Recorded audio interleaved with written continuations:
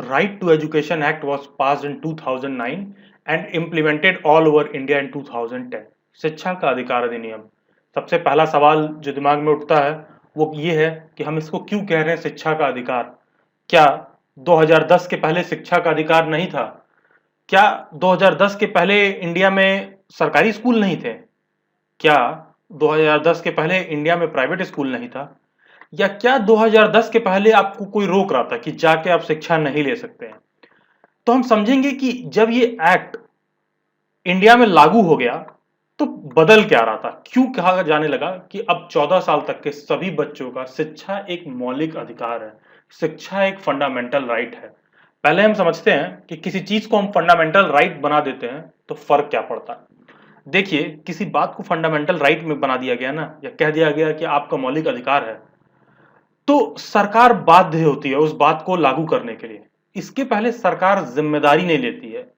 थोड़ा और शॉर्ट में समझे या आसान भाषा में समझे तो मान लीजिए कोई आदमी है जो 100 रुपए कमाता है और वो क्या करता है, 100 रुपए में से सिर्फ घूमने खाने और अपने फैशन में, स्टफ्स में, हर चीजों में खर्चा करता है, बेसिक नीड्स में, लेकिन वो शिक्षा पे खर्च नहीं करता है। तो अब क्या किया जाए, ये 100 रुपए जो ये खर्च करता है, हम क्या करें, हम एक ऐसा नियम ला दें कि हम इस आदमी को ये बोलें कि जब तक तुम्हारा बच्चा 14 साल का है, जब तक तुम्हारा बच्चा 14 साल तक का होगा, तब तक तुमको इसके पढ़ाने का, लिखाने का सारी जिम्मेदारी तुम्हारी होगी। और चाहे तुम्हें अपना पेट काट के करना पड़े या चाहे तुम्हें पैसे के लिए अधिक मेहनत करना पड़े, जहां से भी जैसे भी करना पड़े, तुमको इस बच्चे को शिक्षा देना ही देना है। शिक्षा की क्या इंपॉर्टेंस होती है एक बच्चे के जीवन में, या एक कोई गरीब आदमी है तो वो इस तरह का कोई नियम लागू करता है कि अपने परिवार में ही बच्चे को एकदम अच्छे तरीके से पढ़ाता है, शिक्षित करने की कोशिश करता है, तो उसके दूरगामी लाभ होते हैं। तो ऐसे ही देश के साथ भी होता है। यह है आपकी सरकार, जो इसका कुछ आय है, इसका कुछ व्यय है, इसका एक खर्चा है। लेकिन पता है, इसमें आरटी जैसे एक्ट को पास होने में बहुत सारी राजनीतिक विचारधाराएं और समस्याएं भी जुड़ी होती हैं, क्योंकि इस तरीके का कोई भी बोझ, कोई भी जिम्मेदारी कोई भी सरकार अपने ऊपर नहीं लेना चाहती है। रीजन ये है, पूरे भारत में एक ऐसा एक्ट लागू करना कि 14 साल के उम्र तक के सभी बच्चों को शिक्षा मुफ्त मिलेगी, उसको पढ़ाने की, उसको स्कूल तक पहुंचाने की वो जिम्मेदारी सरकार की है। तो इस तरीके के बिल को, इस तरीके के एक्ट को लागू करने से होगा क्या, सरकार के ऊपर करोड़ों का खर्चा आएगा। तो सरकार कभी भी बचना चाहेगी, उसका सरकार का आप राजनीतिक दृष्टिकोण समझिए, सरकार इसको लागू करने से बचेगी। तो उसी प्रकार आरटीई को 2010 में पूरे भारत में लागू करने के लिए 2 लाख करोड़ रुपए से ऊपर का खर्चा आया था, मोर देन 2 लाख करोड़।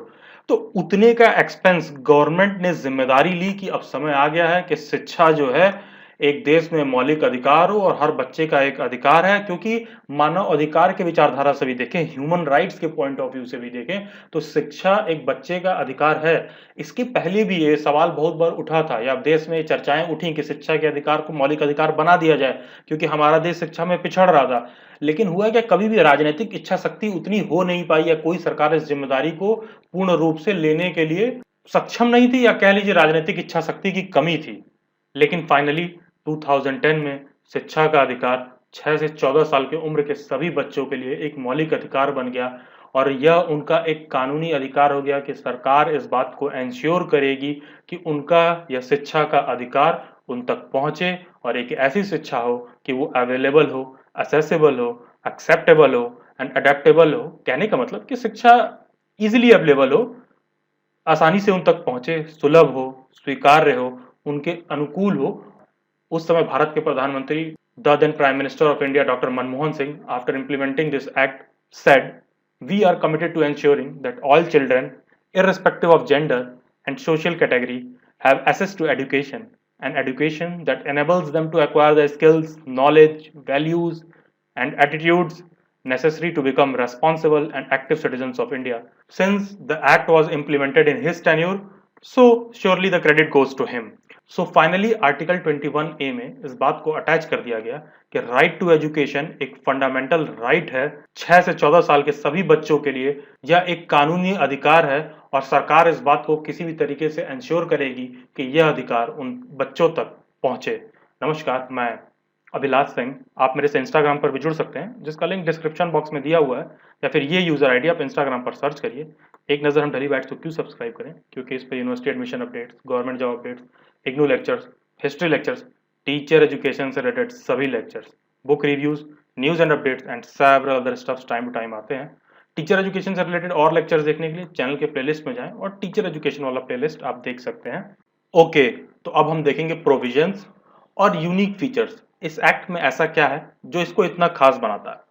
सबसे पहले तो ये समझ लीजिए, ऐसा नहीं है कि संविधान निर्माताओं ने शिक्षा पर ध्यान नहीं दिया। उन्होंने यह बात आर्टिकल 45 में संविधान के निर्माण के वक्त ही अटैच कर दिया था कि up to the age of 14 years, 14 साल की उम्र तक के सभी बच्चों के लिए शिक्षा जो है फ्री और कंपलसरी होनी चाहिए। लेकिन इस बात को उन्होंने डीपीएसपी में अटैच किया था। कहने का मतलब directive principle of state policy में। जैसा कि आप सब जानते हैं, डीपीएसपी में कोई भी चीज लिखा रहता है तो वो संविधान का एक तरह से मार्गदर्शन होता है। मार्गदर्शन का मतलब ये हो गया कि ऐसा होना चाहिए, ऐसा है नहीं। तो शिक्षा को डीपीएसपी में अटैच किया गया था। ऐसे प्रोविजंस इसमें लिखे हुए थे कि फ्री एंड कंपलसरी एजुकेशन होना चाहिए। तो आप ये बात ध्यान रखेंगे कि ये चीज पहले आर्टिकल 45 में था और यहां पर up to the age of 14 था। लेकिन जिस दिन शिक्षा फंडामेंटल राइट बन गया, मौलिक अधिकार बन गया, उस दिन ये बात आर्टिकल 21 में अटैच कर दिया गया, आर्टिकल 21A 21 अल्फा में अटैच कर दिया गया और ये कहा गया कि शिक्षा 6 से 14 साल के उम्र के सभी बच्चों के लिए कंपलसरी है और उन्हें फ्री में मिलेगा और सरकार ये चीज इंश्योर करेगी कि यह शिक्षा उस बच्चे तक पहुंचे। कुछ डेट्स हैं इंपॉर्टेंट जो आप ध्यान रखेंगे। पूरे भारत में ये एक्ट 1 अप्रैल 2010 से लागू हो गया था, लेकिन ये पास जो हो गया था 26 अगस्त 2009 को प्रेसिडेंट ऑफ इंडिया ने इस पे साइन कर दिया था। सिंस नेक्स्ट सेशन को ध्यान में रखते हुए इस एक्ट को 1 अप्रैल 2010 से लागू किया गया। इस एक्ट में ये ध्यान रखना है कि यह बिल पहले राज्यसभा में आया था 20 जुलाई 2009 को, उसके बाद 4 अगस्त 2009 को यह लोकसभा से पास हुआ था, फिर 26 अगस्त 2009 को प्रेसिडेंट ऑफ इंडिया ने साइन किया, फिर फाइनली 1 अप्रैल 2010 को यह एक्ट पूरे देश में लागू हो गया और एक शिक्षा की लहर दौड़ी कि गरीब बच्चों समय आ गया है, अब सब पढ़ो सब बढ़ो। कुछ इस तरह की भावना देने की कोशिश की गई। अब हम देखते हैं इस एक्ट के यूनिक फीचर क्या है। देखिए, इस एक्ट में सबसे पहले चीज तो ये कहा गया कि भाई कॉर्पोरल पनिशमेंट बैन है। टीचर जो है बच्चे को क्लास में पढ़ाने के नाम पे मार नहीं सकता है, या फिर टीचर पहले मुर्गा बना दिया, कुछ कर दिया, पनिशमेंट दे दिया, हाथ ऊपर करके खड़ा कर दिया, ये सब चीजें बैन हो गई। कोई भी ये ऐसा नहीं कर सकता है और सभी बच्चों को शिक्षा मिले बिना किसी भेदभाव के, बिना या देखे कि वो किस जेंडर के हैं, किस समाज से आते हैं, कोई लड़का लड़की ट्रांसजेंडर कोई भी हो, सबको एक स्कूल वाले को एडमिशन करना है। सिर्फ यह कहकर कि किसी वह विशेष समाज से आता है या उसके उम्र में कुछ खामी है या उसमें कुछ खामी है या वो दिव्यांग है, यह कहकर आप उसका एडमिशन नहीं रोक सकते हैं। आपको उसका एडमिशन लेना है और कोई भी स्कूल किसी बच्चे का एडमिशन इस बात पे नहीं रोक सकता है कि उसके पास डॉक्यूमेंट्स नहीं है। जैसे पहले स्कूलों में होता था बर्थ सर्टिफिकेट लाइए, ये कागज लाइए, वो कागज लाइए। अगर किसी बच्चे के पास ये सब चीजें नहीं है तो आप उसका एडमिशन नहीं रोक सकते हैं। ऐसा प्रावधान दिया गया इस एक्ट में। दूसरी बात ये भी कही गई कि सभी प्राइवेट स्कूलों में 25% सीट, ये नियम आज भी लागू है। अब देखिए कहां तक किस हद तक इंप्लीमेंट हो रहा है वो एक अलग चर्चा का विषय है, लेकिन ये आज भी लागू है कि सभी प्राइवेट स्कूलों में कोई भी गरीब बच्चा जाकर पढ़ सकता है। 25% सीटें सिर्फ और सिर्फ आरटी एक्ट के प्रावधान के तहत जो गरीब बच्चे हैं, जो अनप्रिविलेज्ड हैं, उनके लिए रिजर्व रहेगा। इस एक्ट में कहा गया कि शिक्षा फ्री एंड कंपलसरी होनी चाहिए। पहले बेसिकली प्राइमरी तक ही था, 1 से 5 तक था। कुछ दिन बाद ही संशोधन करके कर दिया गया था कि एलिमेंट्री एजुकेशन लगभग मतलब क्लास 8 तक इस बात को इंक्लूड किया जाए। और ये एक्ट बहुत ही स्पष्ट तौर से क्लैरिफाई करता है कि एजुकेशन 6 से 14 ईयर्स ऑफ एज ग्रुप के बीच वाले सभी बच्चों के लिए फ्री और कंपलसरी है और ये ऑब्लिगेशन है। वह बच्चा जहां रहता है उसके आसपास है जो लोकल गवर्नमेंट है, जो अथॉरिटीज हैं, जो सेंट्रल और स्टेट गवर्नमेंट के ऑफिसर्स हैं, उनका काम है इस बात को एंश्योर करने की वो बच्चा स्कूल पहुंच रहा है और उसकी पढ़ाई हो रही है। इस एक्ट में यह भी प्रोविजन दिया गया कि यह ध्यान रखा जाए कि ऐसे स्कूल्स ना हो कि पता चले बच्चे इस स्कूल में बहुत ज्यादा हैं और टीचर बहुत कम है। तो मतलब ये कहा गया कि टीचर स्टूडेंट का जो रेशियो है वो भी मेंटेन रहना चाहिए। बेसिकली 30 स्टूडेंट्स पर एक टीचर हो, 60 पर 2 हो, 120 पर 4 टीचर हो। तो इस तरह करके एक प्रोविजन दिया गया। और कहा गया कि सभी बच्चों को उनके एज एप्रोप्रिएट उनके उम्र को देखते हुए उस हिसाब से उनको उस क्लास में एडमिशन दिया जाए और जो लोकल अथॉरिटीज़ हैं ये एंश्योर करें कि उनका एडमिशन सही सुचारू तरीके से हो रहा है। इसमें एक चीज़ और कहा गया कि जो टीचर्स हैं उनके साथ बहुत ये प्रॉब्लम आती थी कि उनको सरकार क्या करती थी, दूसरे कामों में लगा देती थी, जिससे कि एक शिक्षक अपने मेन काम पर फोकस नहीं कर पाता था और दूसरे सरकारी कामों में ही उलझ के रह जाता था। तो ये कहा गया कि टीचर्स का जो है नॉन एजुकेशनल वर्क में डिप्लॉयमेंट बिल्कुल नहीं होगा अनटिल एंड अनलेस की सेंसस की बात आए, आबादी गिनने की बात आ रही है, इलेक्शन है या फिर कहीं डिजास्टर कुछ आपदा आ जाए तो वहां पर डिप्लॉयमेंट किया जा सकता है, लेकिन अदरवाइज सभी जगहों पर टीचर्स को किसी अननेसेसरी काम में भेजने के लिए प्रोहिबिट कर दिया गया। इनफैक्ट ये कहा गया किसी भी टाइप का जो फिजिकल पनिशमेंट, बच्चे का साथ मेंटल हरासमेंट, और ये नहीं कि बच्चा एडमिशन लेने आ रहा तो पेरेंट्स का भी इंटरव्यू बहुत स्कूल कराने लगे थे और जो है बच्चे का एडमिशन टेस्ट लेके उसको फेल कर दिया जाए, तो इस तरीके की चीजों को स्ट्रिक्टली बैन कर दिया गया। और कोई भी बच्चा जो फिजिकली डिसेबल्ड है, कोई भी दिव्यांग है, तो ये एक्ट में एक प्रोविजन एक्ट किया गया था, पर्सन्स विद डिसेबिलिटीज एक्ट। तो उसमें ये प्रावधान दिया गया कि कोई भी जो डिसेबल्ड है, कोई भी दिव्यांग है, तो उसके लिए ये 14 साल की जगह 18 साल पर लागू होता है, यही बात। अब इस एक्ट में कुछ और खास बातें देख लेते हैं। इसमें यह भी कहा गया कि किसी भी बच्चे को ऐसा नहीं कि क्लास 8 तक कोई बच्चा पढ़ रहा था उसको आप फेल कर देंगे या उसके ऊपर किसी टाइप का दबाव बनाएंगे, और ये एंश्योर किया जाए कि मतलब कोई ऐसा शिक्षा में कोई भी ऐसा प्रोविजन न बने कि बच्चा जो है क्लास 8 तक जो है कोई भी बोर्ड एग्जाम टाइप का उसको कोई सिस्टम फॉलो करना पड़ रहा है जहां पर वो एक्सटर्नल एग्जाम्स दे। और ये कहा गया कि कोई भी स्कूल डोनेशन नहीं ले सकता है, किसी बच्चे का ड्रॉप आउट है, पेरेंट्स का कहीं ट्रांसफर हो जाए, कुछ हो जाए, तो वहां पर बच्चे की पढ़ाई रुकनी नहीं चाहिए। सरकार ये इंश्योर करेगी कि उसकी पढ़ाई किसी भी तरीके से हो, ये नहीं हो कि स्कूल में एडमिशन के लिए छोटे छोटे बच्चों का इंटरव्यू हो रहा है, साथ में वो पेरेंट्स का भी इंटरव्यू कर रहे हैं, तो इस तरह के का जाने अनजाने में जो शोषण हो रहा है वो चीज रुके। और कहा गया कि सरकार इंश्योर करे कि एक बच्चा जहां रहता है उसका बेसिक प्राइमरी स्कूल उसके रेजिडेंस से 1 किलोमीटर के दायरे में ही हो। अगर ऐसा नहीं हो पा रहा है तो सरकार सफिशिएंट ट्रांसपोर्ट फैसिलिटी के रिगार्डिंग इंश्योर करे कि उस बच्चे को ट्रांसपोर्ट फैसिलिटी अच्छे से मिल रही है और वो बच्चा स्कूल पहुंच रहा है। और एक बहुत इंपॉर्टेंट चीज जो ऐड की गई जो आप सबसे जुड़ा हुआ है, ये जो टीचर एलिजिबिलिटी टेस्ट का एग्जाम होता है, जो सीटेट, टीईटी, इन सब का पेपर होता है, ये आरटीई के आने के बाद ही हुआ। ये कहा गया कि जो शिक्षक हैं, शिक्षकों के लेवल में सुधार के लिए टीईटी और सीटीईटी जैसे एग्जाम्स होंगे, उनको पास करने के बाद ही ये माना जाएगा कि आप शिक्षक बनने के लायक हैं। स्कूलों को कहा गया कि नोटिस बोर्ड पर सब कुछ स्पष्ट तरीके से चिपकाएंगे, कितनी सीट है, कितने आरटीई के अंदर एडमिशन हुए हैं, कितने नॉर्मल एडमिशन हुए हैं, सारे परसेंटेज और दायरे सब कुछ लिखकर जो है नोटिस बोर्ड पर स्कूल सब कुछ डिस्प्ले करेगा। ओके, तो अब हम देख लेते हैं कुछ क्रिटिसिज्म। सबसे पहले तो जो मैं शुरुआत में कह रहा था, इस एक्ट में जो लिखा हुआ है कि कोई भी बच्चा जो 6 से 14 साल की उम्र के बीच में है, तो ये पहले क्रिटिसिज्म होता है कि जो भी चिल्ड्रन जो 6 साल से कम है उनका क्या होगा। अब मान लीजिए कोई बच्चा 16 साल का है, अब उसका एडमिशन मान लो क्लास 5 में करवाना हो या क्लास 7 में करवाना हो, तब तो वो इस प्रोविजन से एक्सक्लूड होने लगेगा, क्योंकि ये आरटीई का प्रोविजन तो सिर्फ 6 से 14 साल के उम्र के बच्चे के लिए है। तो फिर उसका क्लास और उम्र मान लीजिए किसी बच्चे का मैच नहीं कर रहा है, तो ये सब दिक्कतें आएंगी। फिर ये कहा गया कि जो प्राइमरी एजुकेशन प्रोग्राम थे, जो पुराने सर्व शिक्षा अभियान और तमाम चीज़ों के जो स्कूल्स के अभियान थे, उसी बात को आरटीई में एक तरह से रीपैकेज कर दिया गया है, कुछ इस तरह के आरोप लगने लगे।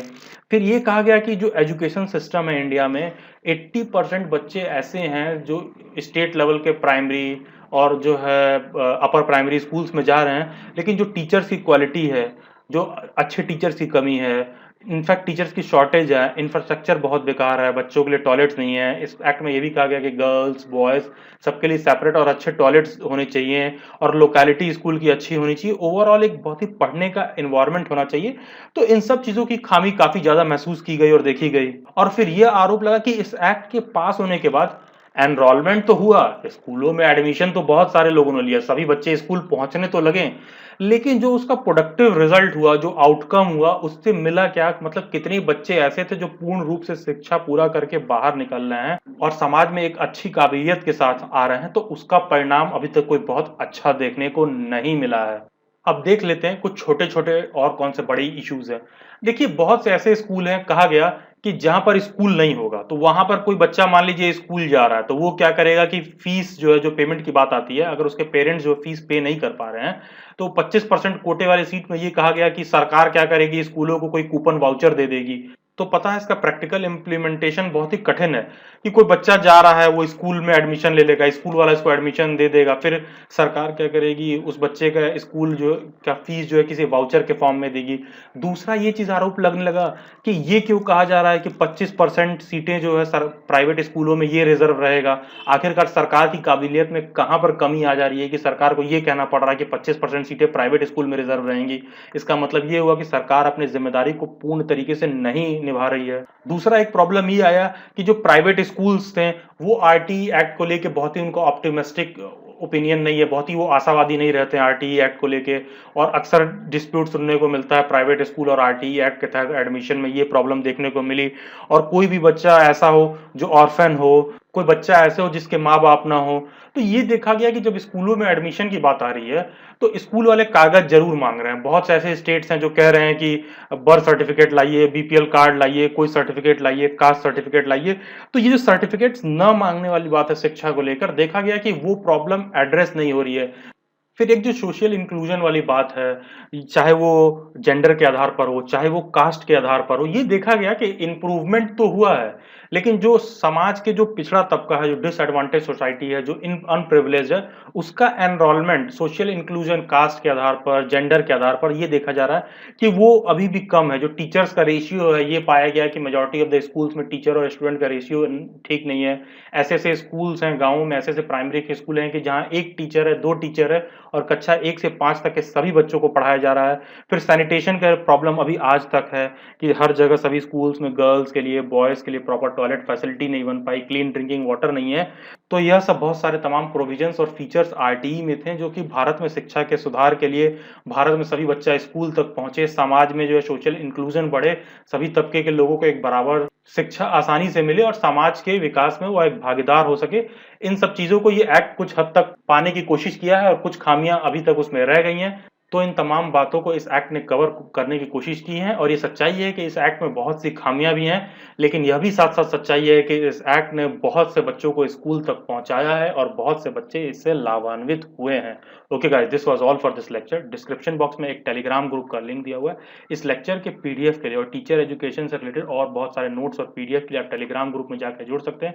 और नेक्स्ट वीडियो लेक्चर के लिए डिस्क्रिप्शन बॉक्स में एक व्हाट्सएप ग्रुप का लिंक दिया हुआ है, आप सब उस व्हाट्सएप ग्रुप में जाकर जुड़ सकते हैं। Okay guys, this was all for this lecture. Subscribe Daily Bytes, stay tuned, stay updated. God bless you all and have a nice day. Do comment your views.